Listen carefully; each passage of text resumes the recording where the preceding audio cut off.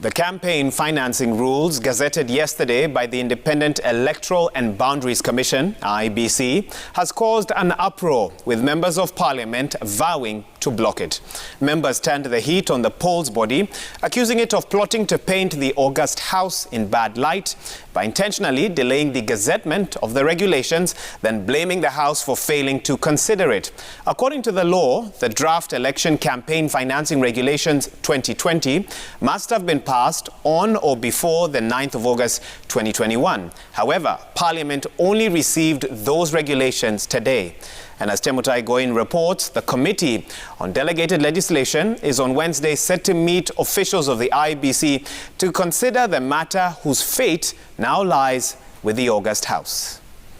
The Independent Electoral and Boundaries Commission gazetted the draft election campaign financing regulations 2020 on Monday, which, if approved, will restrict the amount of money politicians can splash as they traverse different regions wooing voters.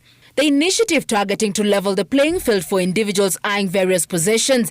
However, barely a day later, the rules seem to be running into headwinds, with MPs questioning its timing. It's like you are going to Mombasa and you are told the flight takes off at 7 p.m.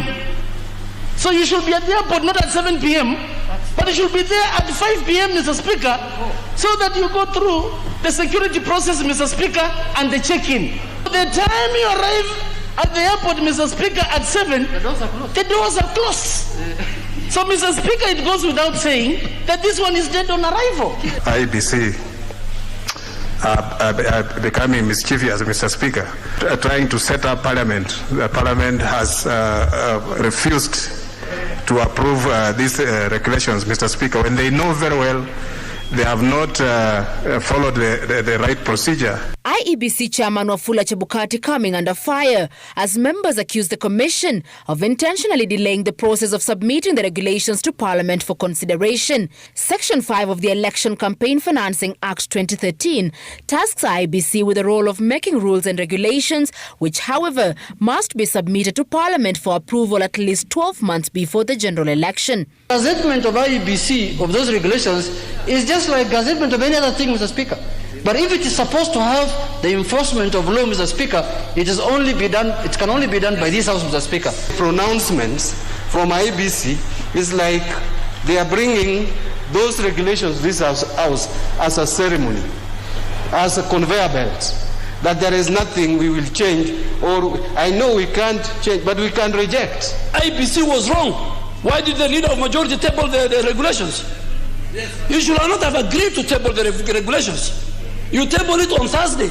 The moment the regulations, you have tabled it, and the Speaker submitted it to the delegated legislation, the train has left the station, Mr. Leader of Majority.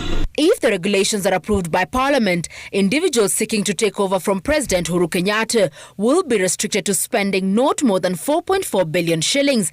Candidates cleared for the ward, parliamentary and gubernatorial contest will also have to limit their expenditure.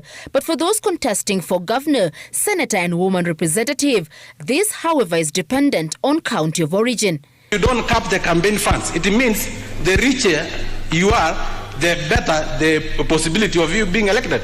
That will lock out so many hustlers who are very good leaders, Honorable Speaker. But because they lack the means, they lack the money, Honorable Speaker, they may not be elected, Honorable Speaker. For political parties, the ceiling is 17.7 billion shillings, covering the whole campaign period. Anyone failing to comply with the regulations is deemed to have committed an electoral offence and is liable for a 2 million shilling fine or a 5-year jail term, or both. Amid the protest by the members, Speaker Justin Muturi joined the parade, accusing IEBC of sleeping on the job. This is a matter that has been with the IEBC for the longest time anybody can imagine. I don't think unless they have been holding night sessions to do other things, they should have, coming up with the regulation should have been easy. The fate of the regulations now lie with the Committee on Delegated Legislation, which is set to meet IEBC commissioners Wednesday to consider the matter. Its final report will be tabled on the floor of the House for debate, where members have the option of rejecting or approving it. Chemutai Goin, Citizen TV.